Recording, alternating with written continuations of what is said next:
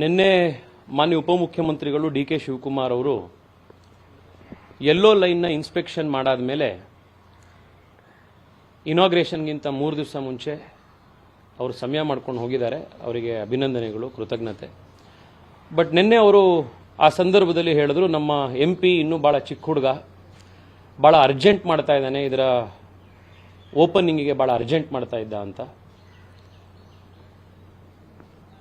ನಾನು ಅವರಿಗೆ ಬಹಳ ವಿನಯಪೂರ್ವಕವಾಗಿ ಹೇಳಲಿಕ್ಕೆ ಇಚ್ಛೆ ಪಡ್ತೇನೆ, ವಿನಮ್ರತೆಯಿಂದ ಹೇಳಲಿಕ್ಕೆ ಇಚ್ಛೆ ಪಡ್ತೇನೆ. ಹೌದು, ನಾನು ಹೊಸ ತಲೆಮಾರಿನವನು, ಅದಕ್ಕೆ ನನಗೆ ಅರ್ಜೆಂಟಾಗಿ ಕೆಲಸ ಆಗಬೇಕು ಅಂತಿದೆ, ಅದಕ್ಕೆ ನಾನು ಅರ್ಜೆಂಟ್ ಮಾಡ್ತಾ ಇದ್ದೀನಿ. ಬೆಂಗಳೂರಿನಲ್ಲಿ ಈಜಿಪುರ ಫ್ಲೈಓವರ್ ಕಟ್ಟಕ್ಕೆ 2 ಕಿಲೋಮೀಟರ್ ಫ್ಲೈಓವರ್ ಕಟ್ಟಕ್ಕೆ 8.5 ವರ್ಷ ಆಯಿತು.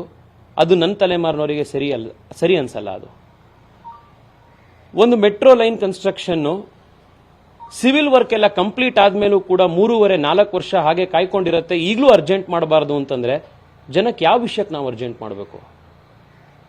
Congress party represents politics of delay ಮಾಡೋದೇನೆ ಅವರದ್ದು ಪಾಲಿಟಿಕ್ಸ್. ಆಲಮಟ್ಟಿ ಡ್ಯಾಮ್ ಕತೆ ನಿಮಗೆ ಗೊತ್ತಿದೆ. ಲಾಲ್ ಬಹದ್ದೂರ್ ಶಾಸ್ತ್ರಿ ಅವರು ಬಂದು ಶಂಕುಸ್ಥಾಪನೆ ಮಾಡಿದ್ರು. ಮನಮೋಹನ್ ಸಿಂಗ್ ಅವ್ರ ಕಾಲದಲ್ಲಿ, ವಾಜಪೇಯಿ ಅವ್ರ ಕಾಲದಲ್ಲಿ ಅದು ಕಂಪ್ಲೀಟ್ ಆಯಿತು. ಇಂದಿರಾ ಗಾಂಧಿ ಅವರು ಶಂಕುಸ್ಥಾಪನೆ ಮಾಡೋರು, ಸೋನಿಯಾ ಗಾಂಧಿ ಅವರು ಉದ್ಘಾಟನೆ ಮಾಡೋರು. ಈ ಸ್ಪೀಡಲ್ಲಿ ಕಾಂಗ್ರೆಸ್ ಪಾರ್ಟಿ ದೇಶ ನಡೆಸಿದ್ರಿಂದ, ಅರ್ಜೆಂಟ್ ಮಾಡದಲ್ಲೇ ಇದ್ದಿದ್ರಿಂದ ದೇಶ ಈ ಸ್ಥಿತಿಗೆ ಬಂದಿದ್ದು. ಇವತ್ತು ಬೆಂಗಳೂರಿನಲ್ಲಿ ಮೆಟ್ರೋ ಬೇಕಾಗಿರೋದು, ಬಸ್ ಬೇಕಾಗಿರೋದು ದೊಡ್ಡ SUV ಇಟ್ಕೊಂಡು ಓಡಾಡುವಂತ ಜನಕ್ಕಲ್ಲ. ಯಾರ ಹತ್ರ ಬಸ್ ಇಲ್ಲ, ಕಾರ್ ಇಲ್ಲ, ಯಾರ ಹತ್ರ ದೊಡ್ಡ SUVಗಳಿಲ್ಲ, ಸಾಮಾನ್ಯ ಜನ ಯಾರು ಓಡಾಡ್ತಾರೆ ಅವರಿಗೆ ಇದು ಅರ್ಜೆಂಟ್ ಆಗಿ ಬೇಕಾಗಿರೋದು. ಈ ಯೆಲ್ಲೋ ಲೈನಿಗೆ ಇವತ್ತು MP ಅರ್ಜೆಂಟ್ ಮಾಡ್ತಾ ಇದ್ದಾರೆ ಅಂತ ಹೇಳಿ ನನಗೆ ಅರ್ಜೆಂಟ್ ಮಾಡ್ತಾ ಇರೋದಕ್ಕೆ ಬೈತಾ ಇರುವಂತವ್ರು, ಮೆಟ್ರೋ ಲೈನಿಗೆ ಅವ್ರ ಕೊಡುಗೆ ಏನಿದೆ? 4 ವರ್ಷದ ಹಿಂದೆ ಲ್ಯಾಂಡ್ ಅಕ್ವಿಸಿಷನ್ ಸಮಸ್ಯೆಯಾಗಿ ಈ ಪ್ರಾಜೆಕ್ಟೇ ನಿಂತೋಗೋ ಸ್ಥಿತಿ ಬಂದಾಗ, ನಾನು ಯಾವಾಗ ಲ್ಯಾಂಡ್ ಅಕ್ವಿಸಿಷನ್ ಅನ್ನ ಸರಿಪಡಿಸಕ್ಕೆ ಎಲ್ಲರನ್ನೂ ಕರೆಸಿ ಪಂಚಾಯಿತಿ ಮಾಡಿ ರೆಡಿ ಮಾಡ್ತಾ ಇದ್ದೆ, ಅವತ್ತು ಎಲ್ಲಿದ್ರು ಇವರೆಲ್ಲರೂ? ಸಿವಿಲ್ ವರ್ಕ್ ಪ್ರಾಬ್ಲಮ್ ಆಗಿ, ಟೆಂಡರ್ಗಳ ಪ್ರಾಬ್ಲಮ್ ಆಗಿ ಕೋರ್ಟ್ನಲ್ಲಿದ್ದಾಗ ಕೇಂದ್ರ ಸರ್ಕಾರ ಜೊತೆಗೆ ರಾಜ್ಯ ಸರ್ಕಾರದ ಆಗಿನ ಅಧಿಕಾರಿಗಳ ಜೊತೆಗೆ ಕೋಆರ್ಡಿನೇಟ್ ಮಾಡಿ ಅದನ್ನೆಲ್ಲದನ್ನು ಬಗೆಹರಿಸಕ್ಕೆ ಪ್ರಯತ್ನ ಮಾಡಿದಾಗ ಎಲ್ಲಿದ್ರು ಇವರೆಲ್ಲರೂ? BMRCLಗೆ ನಮ್ಮ ಸರ್ಕಾರ ಇದ್ದಾಗ್ಲೂ ಮತ್ತೆ ಕಾಂಗ್ರೆಸ್ನ ಸರ್ಕಾರ ಇದ್ದಾಗ್ಲೂ 2024 ಜನವರಿವರೆಗೂ ಕೂಡ ಫುಲ್ ಟೈಮ್ MD ಇರಲಿಲ್ಲ. ಬೆಂಗಳೂರಿನಲ್ಲಿ ಕೇಂದ್ರ ಸರ್ಕಾರದಲ್ಲಿ, ಇಲ್ಲಿ ಡೆಲ್ಲಿಯಲ್ಲಿ 4 ತಿಂಗಳು ಸತತವಾಗಿ ಬೆಂಗಳೂರು ಮೆಟ್ರೋಗೆ ಫುಲ್ ಟೈಮ್ MD ಬೇಕು, ಇದರಿಂದ ಎಲ್ಲಾ ಪ್ರಾಜೆಕ್ಟ್ಗಳು ಡಿಲೇ ಆಗ್ತಾ ಇದೆ, ಅರ್ಜೆಂಟ್ ಆಗಿ ಓಪನ್ ಮಾಡಬೇಕು ಅಂತಾನೆ ಹೋರಾಟ ಮಾಡಿದ್ರು ನಾನು.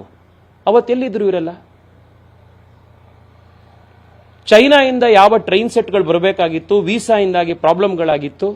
ಕಲ್ಕತ್ತಾದಲ್ಲಿ ಫ್ಯಾಕ್ಟರಿ ಪ್ರಾರಂಭ ಆಗ್ತಾ ಇರಲಿಲ್ಲ. ಅವಾಗ ಕಲ್ಕತ್ತಾದಲ್ಲಿ ಹೋಗಿ ವಿಸಿಟ್ ಮಾಡಿ ಫ್ಯಾಕ್ಟರಿ ಶುರು ಮಾಡಿಸಿ, ಅಸೆಂಬ್ಲಿನಲ್ಲಿ ಬೇಕಾಗಿರುವಂತಹ ಇಂಜಿನಿಯರ್ಗಳಿಗೆ ಜೈಶಂಕರ್ ಅವರನ್ನು ಹಿಡಿದು, ಅಮಿತ್ ಶಾ ಅವರನ್ನು ಹಿಡಿದು ವೀಸಾಗಳನ್ನು ತರಿಸ್ಕೊಂಡು ಅದು ಉದ್ಘಾಟನೆ ಆಗೋ, ಅದನ್ನ ಬೆಂಗಳೂರಿಗೆ ಕಳಿಸುವಂತ ಟೈಮ್ನಲ್ಲಿ ಕಸ್ಟಮ್ಸ್ ಪ್ರಾಬ್ಲಮ್ ಆದಾಗ ಆ ಪ್ರಾಬ್ಲಮ್ಗಳನ್ನು ಸಾಲ್ವ್ ಮಾಡಿಸಿ.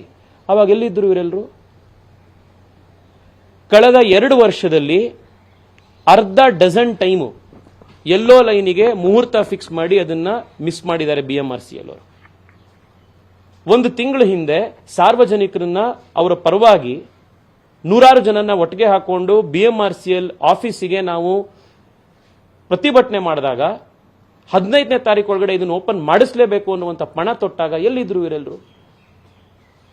ಇವತ್ತು ಓಪನ್ ಆಗೋದಕ್ಕಿಂತ 3 ದಿವಸ ಮುಂಚಿತವಾಗಿ MP ಅರ್ಜೆಂಟ್ ಮಾಡ್ತಾ ಇದ್ದಾನೆ, MP ಬಹಳ ಚಿಕ್ಕ ಹುಡುಗ ಅಂತ ಹೇಳೋರಿಗೆ ನಾನು ಇದನ್ನೇ ಹೇಳ್ತಾ ಇರುವಂಥದ್ದು. ಈ ಹಳೆ ಕಾಲದ ಪಾಲಿಟಿಕ್ಸು, ಒಂದೊಂದು ಬ್ರಿಡ್ಜ್ ಕಟ್ಟಕ್ಕೆ 15 ವರ್ಷ, 30 ವರ್ಷ ಈ ರಾಜಕಾರಣ ಮುಗೀತು. ನಮಗೆ ಅಕೌಂಟಬಿಲಿಟಿ, ಡೆಲಿವರಿ ಮತ್ತೆ ಅರ್ಜೆಂಟ್ ಆಗಿ ಸ್ಪೀಡ್ ಆಗಿ ಕೆಲಸ ಮಾಡಬೇಕಾಗಿರುವಂಥದ್ದು ಇವತ್ತಿನ ರಿಕ್ವೈರ್ಮೆಂಟ್.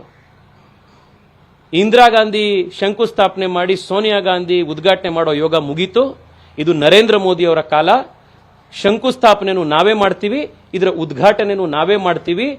ನಮ್ಮ ಜನಕ್ಕೆ ಆದಷ್ಟು ಬೇಗ ಸಮಸ್ಯೆಯನ್ನು ಬಗೆಹರಿಸುವಂತ ನಾಯಕತ್ವವನ್ನ ದೇಶಕ್ಕೆ ನಾವಾಗಲೇ ಕೊಟ್ಟಿದ್ದೀವಿ. ಇದೇ ಕಲ್ಚರ್ ಅನ್ನು ನಾವು ಬೆಂಗಳೂರಿನಲ್ಲೂ ಅಳವಡಿಸ್ತಾ ಇದ್ದೀವಿ. ಸರ್, ಈಗ BMRCL ಜುಲೈ 30ಕ್ಕೆ ಕ್ಲಿಯರೆನ್ಸ್ ಸರ್ಟಿಫಿಕೇಟ್ ಕೊಟ್ಟಿರೋದು. ಸೊ ಈಗ 4-5ನೇ ತಾರೀಕು ನಾವು ಡೇಟ್ಸ್ ನೋಡ್ತಾ ಇದೀವಿ. ಮೋದಿ ಅವರು 10ನೇ ತಾರೀಕು ಬರ್ತೀನಿ ಅಂತಿದ್ರೆ ಅವತ್ತು ಉದ್ಘಾಟನೆ ಮಾಡ್ತಿದ್ದೀವಿ. ಇದರಲ್ಲಿ ಡಿಲೇ ಎಲ್ಲಾಗಿದೆ ಅಂತ ಡಿ ಕೆ ಶಿವಕುಮಾರ್ ಅವರು ಕೇಳ್ತಾರೆ. ಡಿಲೇ ಆಗಿರೋದು ಈ ಡೇಟ್ಗಳಲ್ಲ, ಇದರಲ್ಲಿ ಎರಡು ವಿಷಯ ಇದೆ. ನಾನು ನಿಮಗೆ ಈಗಾಗಲೇ ಹೇಳಿದೆ ಎಲ್ಲೋ ಲೈನ್ ಯಾವ್ಯಾವ ರೀತಿ ಸಮಸ್ಯೆಗಳಲ್ಲಿ ಇತ್ತು ಅಂತ. ಕಳೆದ ಎರಡೂವರೆ ವರ್ಷದಲ್ಲಿ BMRCL ನ ಎಲ್ಲೋ ಲೈನ್ ಅನ್ನು ಎಕ್ಸ್ಪೆಡೈಟ್ ಮಾಡುವಂತ ಅರ್ಜೆಂಟ್ ಆಗಿ ಕಾಮಗಾರಿ ಮುಗಿಸೋದಕ್ಕೆ ರಾಜ್ಯ ಸರ್ಕಾರ ಏನ್ ಕೊಡುಗೆ ಕೊಟ್ಟಿದೆ? ಇವ್ರು ಏನ್ ಮಾಡಿದ್ದಾರೆ? ಇವತ್ತು ಬಂದು ಇಷ್ಟೆಲ್ಲ ಮಾತನಾಡ್ತಾ ಇರೋರು. ಇನ್ನು 30ನೇ ತಾರೀಕು ಕ್ಲಿಯರೆನ್ಸ್ ಸರ್ಟಿಫಿಕೇಟ್ ಬಂತು. ನಾನು 1ನೇ ತಾರೀಕು ಮಾನ್ಯ ಪ್ರಧಾನಮಂತ್ರಿಗಳನ್ನ ಭೇಟಿ ಮಾಡಿದೆ. 1ನೇ ತಾರೀಕು ನಾನು ಅವರಿಗೆ ರಿಕ್ವೆಸ್ಟ್ ಮಾಡಿದೆ, ಸರ್ ಇದು ಡಿಲೇ ಆಗಿದೆ ಪ್ರಾಜೆಕ್ಟು, ನಿನ್ನೆ ಕ್ಲಿಯರೆನ್ಸ್ ಬಂತು ಅಂತ. ಒಂದೇ ಕ್ಷಣದಲ್ಲಿ ಪ್ರಧಾನಮಂತ್ರಿಗಳು ಹೇಳಿದ್ರು ಇಂಥ ಪ್ರಾಜೆಕ್ಟ್ಗಳು ಸಾರ್ವಜನಿಕರಿಗೆ ಇಮ್ಮಿಡಿಯೇಟ್ ಆಗಿ ಲೋಕಾರ್ಪಣೆ ಆಗಬೇಕು, ನಾನು ಈ ವಾರದಲ್ಲೇ ಟೈಮ್ ಕೊಡ್ತೀನಿ ಅಂತ ಹೇಳಿದ್ರು. 2 ಗಂಟೆ ಒಳಗಡೆ ಅವ್ರ ಆಫೀಸಿಂದ ಫೋನ್ ಬಂದು 10ನೇ ತಾರೀಕಿಗೆ ಮಾಡಬಹುದಾ ಅಂತ. ಇದು ಪ್ರಧಾನಮಂತ್ರಿಗಳು ಆದಷ್ಟು ಬೇಗ ಅಂತ ಮಾಡಿರುವಂತದ್ದು. ಅವ್ರಿಗೆ ಅರ್ಜೆನ್ಸಿ ಇದೆ, ಬೆಂಗಳೂರಿನ ಜನಕ್ಕೆ ಆದಷ್ಟು ಬೇಗ ಮೆಟ್ರೋ ಓಪನ್ ಆಗಬೇಕು ಅಂತ. ಪ್ರಧಾನಮಂತ್ರಿಗಳಿಗೆ ಅರ್ಜೆನ್ಸಿ ಇದೆ, ಬೆಂಗಳೂರಿನ ಜನ ಟ್ರಾಫಿಕ್ ಅಲ್ಲಿ ಸಿಗಾಕೊಂಡಿರೋರು ಮೆಟ್ರೋದಲ್ಲಿ ಓಡಾಡ್ಲಿ ಅಂತ. ರಾಜ್ಯ ಸರ್ಕಾರಕ್ಕೆ ಇದ್ರ ಬಗ್ಗೆ ಅರ್ಜೆನ್ಸಿ ಇಲ್ಲ. ಬಹಳ ಕ್ಲಿಯರ್ ಆಗಿ ಗೊತ್ತಾಗ್ತಾ ಇದೆ. ನೀವು ಹಿಂದೆ CMRS ಅಪ್ರೂವಲ್ ಬಂದಾದ ಮೇಲೆ ಇವು ರಾಜ್ಯದಿಂದ BMRCL UDD ಇಲಾಖೆಗೆ ಪತ್ರ ಬರೆಯೋರು, UDD ಇಲಾಖೆಯವರು ಮುಖ್ಯಮಂತ್ರಿಗಳಿಗೆ ಪತ್ರ ಬರೆಯೋರು, ಮುಖ್ಯಮಂತ್ರಿಗಳು ಜಾಯಿಂಟ್ ಸೆಕ್ರೆಟರಿ ಪತ್ರ ಬರೆಯೋರು, ಜಾಯಿಂಟ್ ಸೆಕ್ರೆಟರಿಯಿಂದ ಚೇರ್ಮನ್ ಸೆಕ್ರೆಟರಿಗೆ ಹೋಗೋದು, ಅಲ್ಲಿಂದ ಪ್ರಧಾನಮಂತ್ರಿಗಳ ಕಚೇರಿಗೆ ಹೋಗೋದು. ಈ ಎಲ್ಲಾ ಪತ್ರ ವ್ಯವಹಾರಗಳಾಗುವಷ್ಟೊತ್ತಿಗೆ ಹೆಚ್ಚು ಕಡಿಮೆ 3 ತಿಂಗಳಾಗಿರ್ತಿತ್ತು. ಅವ್ರಿಗೇನು ಸಮಸ್ಯೆ ಇಲ್ಲ ಸರ್, ಅರ್ಜೆಂಟ್ ಇಲ್ವಲ್ಲ ಅವರಿಗೆ. ಅರ್ಜೆಂಟ್ ಇರೋದು ಯಾರಿಗೆ ಅಂತಂದ್ರೆ ಯಾರು ರಸ್ತೆಯಲ್ಲಿ 2 ಗಂಟೆ ಆಫೀಸಿಗೆ ಹೋಗಕ್ಕೆ ಒದ್ದಾಡ್ತಾರೆ ಅವರಿಗೆ. ಝೀರೋ ಟ್ರಾಫಿಕ್ ಅಲ್ಲಿ ಓಡಾಡೋರಿಗೆ ಯಾವ ಅರ್ಜೆಂಟು ಮೆಟ್ರೋ ಬೇಕು ಅಂತ? ಇವತ್ತು ಈ ಪ್ರಾಜೆಕ್ಟ್ ಡಿಲೇ ಆಗಿದ್ರೆ ಅದಕ್ಕೆ ರಾಜ್ಯ ಸರ್ಕಾರ ಫುಲ್ ಟೈಮ್ MD ಅನ್ನ ಅಪಾಯಿಂಟ್ ಮಾಡದಲ್ಲೇ ಇದ್ದಿದ್ದು, ಕೇಂದ್ರ ಸರ್ಕಾರ CRRC, ಮೆಲ್ಕೋ, ಟಿಟಾಗರ್ ಜೊತೆಗೆ ಸರಿಯಾಗಿ ಕೋಆರ್ಡಿನೇಷನ್ ಮಾಡದಲ್ಲೇ ಇದ್ದಿದ್ದು, ಇವೆಲ್ಲವೂ ಮೂಲ ಕಾರಣಗಳಿವೆ. ಅದನ್ನ ನಾನು ನಾಳೆ ಇನ್ನೊಂದು ಪ್ರೆಸ್ ಕಾನ್ಫರೆನ್ಸ್ ಮಾಡಿ ಅದನ್ನೆಲ್ಲ ವಿಷಯ ತಿಳಿಸ್ತೀನಿ. ಬಟ್ ಇವತ್ತು ಯಾವುದಾದ್ರೂ ಒಂದು ಸಾರ್ವಜನಿಕ ಪ್ರಾಜೆಕ್ಟ್ ನ ಬೇಗ ಓಪನ್ ಮಾಡಿ ಅನ್ನೋದೇ ಇವತ್ತು ರಾಜ್ಯದಲ್ಲಿ ಸಮಸ್ಯೆ ಆಗ್ಬಿಟ್ಟಿದೆ ಅನ್ನೋದೇ ನನಗೆ ಆಶ್ಚರ್ಯ ಆಗ್ತಾ ಇರೋದು. ಅರ್ಜೆಂಟ್ ಆಗಿ ಓಪನ್ ಮಾಡಿ, ಟೈಮ್ ಲೈನ್ ಪ್ರಕಾರ ಕೆಲಸ ಮಾಡಿ, ಜನಕ್ಕೆ ಆದಷ್ಟು ಬೇಗ ನೀವು ಫ್ಲೈಓವರ್, ಮೆಟ್ರೋ ಎಲ್ಲದನ್ನು ಬೇಗ ಮಾಡಿ ಕನ್ಸ್ಟ್ರಕ್ಟ್ ಮಾಡಿ ಕೊಡಿ ಅಂತ ಅರ್ಜೆಂಟ್ ಮಾಡೋದೇನೇನೆ ಇವತ್ತು ತಪ್ಪು ಅನ್ನೋದಾದ್ರೆ ಬಹಳ ಹೆಮ್ಮೆಯಿಂದ ಹೇಳ್ತೀನಿ, ನಾನು ಹೊಸ ತಲೆಮಾರಿನ ನಾಯಕ. ಬೆಂಗಳೂರಿಗೆ, ರಾಜ್ಯಕ್ಕೆ, ದೇಶಕ್ಕೆ ಈ ರೀತಿಯ ಪೊಲಿಟಿಕಲ್ ಕಲ್ಚರ್ ಬೇಕು ಅನ್ನುವಂಥದ್ದೇನೆ ಪ್ರಧಾನಮಂತ್ರಿಗಳು ಇವತ್ತು ಸ್ಥಾಪನೆ ಮಾಡಿರೋದು. ಸರ್, ಈಗ ಅವರು ನಿನ್ನೆ ಹೇಳ್ತಾ ಇನ್ನೊಂದು ಮಾತನ್ನು ಕೂಡ ಹೇಳಿದರು, ರಾಜ್ಯ ಸರ್ಕಾರದ ಪಾಲು ಕೂಡ ಇದರಲ್ಲಿ ಇದೆ ಅನ್ನುವಂಥದ್ದು. ನೀವು ರಾಜ್ಯ ಸರ್ಕಾರ ಏನ್ ಮಾಡಿದೆ ಅಂತ ಕೇಳ್ತಾ ಇದ್ದೀರಿ. ರಾಜ್ಯ ಸರ್ಕಾರದ ಪಾಲು ಇಲ್ಲ ಅಂತ ನಾನು ಹೇಳ್ತಾನೆ ಇಲ್ಲ. ಆದರೆ ಕಳೆದ 2.5 ವರ್ಷ 3 ವರ್ಷದಿಂದ ಈ ಪ್ರಾಜೆಕ್ಟಿಗೆ ಎಷ್ಟೋ ಸವಾಲುಗಳು ಬಂದಾಗ ಇದಕ್ಕೆ ಬಗೆಹರಿಸುವಂತ ಪ್ರಯತ್ನ ಇವರು ಮುಂದೆ ಬಂದು ಎಲ್ಲಿ ಮಾಡಿದ್ರು? ಇದಕ್ಕೆ ಉತ್ತರ ಕೊಡಬೇಕಿದೆ ಅವರು. ಅಷ್ಟೇ ಅಲ್ಲ, ನಿನ್ನೆ ಸಬರ್ಬನ್ ರೈಲಿಗೆ MD ಅನ್ನು ಅಪಾಯಿಂಟ್ ಮಾಡಿದ್ದಾರೆ. ಅವರಿಗೆ ಕನ್ಕರೆಂಟ್ ಚಾರ್ಜ್ ಇದೆ. ಕಳೆದ 3 MDಗಳು ಸಬರ್ಬನ್ ರೈಲಿಗೆ ಕೆ ರೈಡಿಗೆ ಅಪಾಯಿಂಟ್ ಆಗಿರುವಂತ 3 ಜನ MDಗಳು ಕನ್ಕರೆಂಟ್ ಚಾರ್ಜ್ ಅಲ್ಲಿ ಇರೋರು. ಫುಲ್ ಟೈಮ್ MD ಕಳೆದ 3 ಅವಧಿಗಳಿಂದ ಸಬರ್ಬನ್ ರೈಲಿಗಿಲ್ಲ. ಇವತ್ತು ಎಲ್ಲೋ ಲೈನ್ ಮೆಟ್ರೋ ಯಾವ ಸ್ಥಿತಿಯಲ್ಲಿದೆಯೋ, ಯಾವ ಸ್ಥಿತಿಲಿ ಇತ್ತೋ ಅದೇ ಸ್ಥಿತಿ ಎಲ್ಲೋ ಲೈನ್ ನಮ್ಮ ಸಬರ್ಬನ್ ರೈಲ್ಗೂ ಇದೆ. ಇವತ್ತು 4 ಕಾರಿಡಾರ್ ಪ್ರಾಜೆಕ್ಟ್ಗಳು ಇವತ್ತು ನಿಂತಿದೆ. ಯಾವ ಟೆಂಡರ್ಗಳನ್ನು ಕೊಟ್ಟು L&Tಗೆ ಮತ್ತೊಬ್ಬರಿಗೆ ಟೆಂಡರ್ ಕೊಟ್ಟಿದ್ರು, ಟೆಂಡರ್ ಕೊಟ್ಟಿರೋರು ಕೂಡ ಇವತ್ತು ವಾಪಸ್ ತಗೊಂಡಿದ್ದಾರೆ, ಕೆಲಸ ಮಾಡೋದನ್ನ ನಿಲ್ಲಿಸಿದ್ದಾರೆ. ರಾಜ್ಯ ಸರ್ಕಾರದ ಕೆಲಸ ಇರುವಂತದ್ದು ಈ ಪ್ರಾಜೆಕ್ಟ್ಗಳನ್ನ ಲ್ಯಾಂಡ್ ಅಕ್ವಿಸಿಷನ್ ಮಾಡಿಸಿ ಟೆಂಡರ್ಗಳನ್ನ ಕರೆದು ಎಕ್ಸಿಕ್ಯೂಟ್ ಮಾಡಿಸುವಂತದ್ದು. ಇದರಲ್ಲಿ ಸಂಪೂರ್ಣವಾಗಿ ವಿಫಲರಾಗಿದ್ದಾರೆ ಇವರು.